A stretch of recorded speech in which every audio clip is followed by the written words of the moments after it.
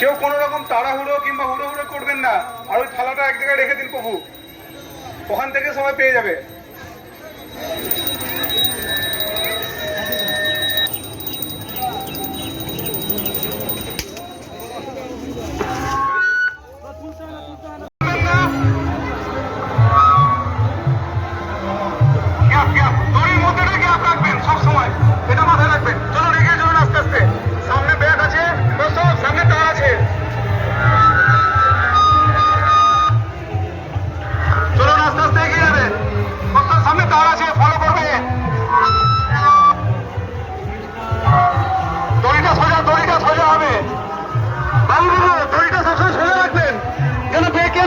আর গ্যাপটা থাকবে, দুটো ধরে মাঝখানে গ্যাপ থাকবে।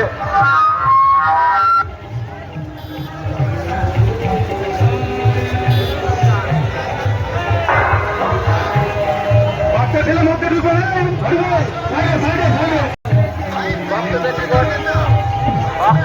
একটা প্রার্থনা কাজ করবেন, আবার অন্যজনকে চান্স দিবেন, একজনই অনেক দূর যাবেন না।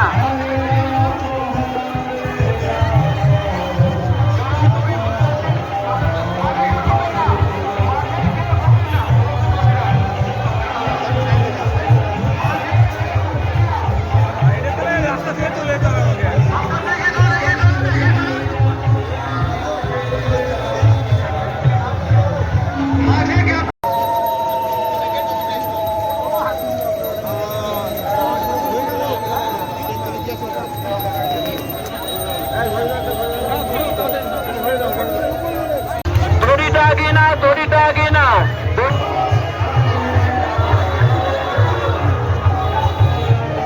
দড়িটা চলবেন, দড়িটা লম্বা করে চলবেন, দড়িটা লম্বা করে চলুন, দড়িটা লম্বা করে চলুন।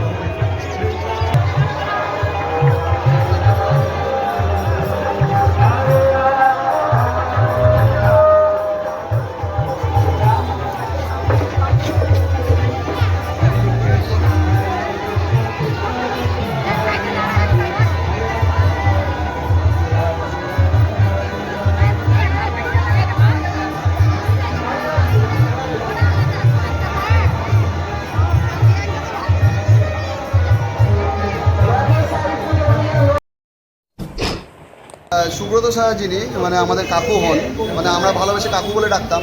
তো উনি, আমি ছোট থেকেই দেখছি উনি এখানে আসে, কাউকে মানে জানানোর কোনো ব্যাপার নেই, উনি এসে নিজে থেকেই বাবার কাছে নিজের এই ফুল, চন্দন, তুলসী, ভোগ সব কিছু দেন। তো মন্ত্রী হওয়ার আগে থেকে উনি আসেন। তো যখন মন্ত্রী হলেন আমাদের কাকু, তখন কি হলেন মানে নর্মাল মানুষের মতনই এসে এখানে পুজো দিলেন সুন্দরভাবে। যেমন পুজো নিজেদের হাতে ভোগ বিতরণ করা থেকে আরম্ভ করে খুব সুন্দরভাবে পুজো হয়। তো এখন সেই পরম্পরাকে বজায় রেখে দাদা আছেন, এখন দাদা পরে দাদার ছেলেও মানে পরপর করে চলবে এরকম পুজো।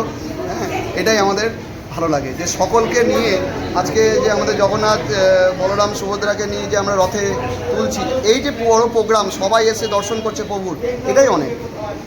নমস্কার। আপনারা জানেন যে আজকে আমাদের ভারতবর্ষে একটা অন্যতম বৃহৎ উৎসব হচ্ছে রথযাত্রা। আমাদের মাননীয় মুখ্যমন্ত্রী তিনিও আমাদের বাংলায় জগন্নাথ দেবের মন্দির প্রতিষ্ঠা করে বাংলার মানুষকে এক তীর্থস্থান উপহার দিয়েছেন। এবং আজকে যেই গোটা পৃথিবী চলছে, আমরা মনে করি তা জগন্নাথ দেবের আশীর্বাদে, যে যিনি জগতের নাথ, তার আশীর্বাদে এই গোটা পৃথিবী চলছে। তাই প্রতি বছর এই রথযাত্রার দিন আমরা তার শরণাগত হই, আমরা তার কাছ থেকে আশীর্বাদ চাই, যাতে আমরা সারা বছর সকলের পাশে থেকে, মানুষের পাশে থেকে সুন্দরভাবে একটা সমাজ ব্যবস্থা গড়ে তুলতে পারি। এবং তিনি যেরকমভাবে এই গোটা জগৎ সংসারকে চালাচ্ছেন, আমরাও যাতে তার এই জগৎ সংসারের থেকে, তার জগৎ সংসারকে যে পরিচালনার ভার আমাদেরকে তিনি দিয়েছেন, সেটা যেন আমরা সুষ্ঠু এবং শান্তিভাবে করতে পারি। ঠিক। দাদা, আজকে আপনাদের পুজো কখন শুরু হলো? আমাদের সকাল 8টার সময় পুজো শুরু হয়েছে এবং এখান থেকে পুজো শুরু পর 15টার সময় আমাদের জগন্নাথের রথের মধ্যে নিয়ে যাওয়া হয়েছে। তারপর এই সজল, তারপরে এখান থেকে আমরা জগন্নাথের রথ এখান থেকে শোভাযাত্রা সমাপনে এটা বের হয় এবং সেটা মোটামুটি 9টার সময় বেরিয়েছে। তারপর থেকে আমরা সোজা এখান থেকে খুব সুন্দর শোভাযাত্রার সঙ্গে প্রচুর লোকের সমাগম হয়েছিল এবং অনেক বাজনার দল, নাচের দল ছিল এবং বিশিষ্ট বহু লোকের সমাগম হয় এখানে। এখান থেকে আমরা সোজা চৌরাস্তা মোড় থেকে ওইদিকে ঘুরে এসে বান্ধব প্রেস, কল্পনাশীল মোড়, তারপর আবার আমরা মন্দিরে ফিরে এসেছি এবং এই রথযাত্রা উপলক্ষে প্রচুর মানুষের সমাগম হয় এবং নানান মন্দির মানুষ আবার বিভিন্ন কবিতা ছোট্ট সতর্কতা মানুষ এতে যোগদান করে এবং এটা দীর্ঘদিনের রথ। এটা এই মন্দিরটা আপনার প্রায় কতদিনকার এটা? এই মন্দিরটা প্রায় 300 বছর আগে এই মন্দির আমাদের পুরনো ভগ্নদশা হয়ে গেছিলো, সেইটাকে আমরা আজ থেকে মোটামুটি 17-18 সাল থেকে এটা আমরা ভাঙাই, তারপরে 21 সালের মধ্যে কমপ্লিট হয়। 21 সালে কমপ্লিট হওয়ার পর নতুন করে নির্মাণ হয়েছে। এই যে পাশাপাশি দেখছেন এই মন্দির শিবাইতে ঘর, শিবাইতে ঘর সব কিন্তু নতুন করা হয়েছে।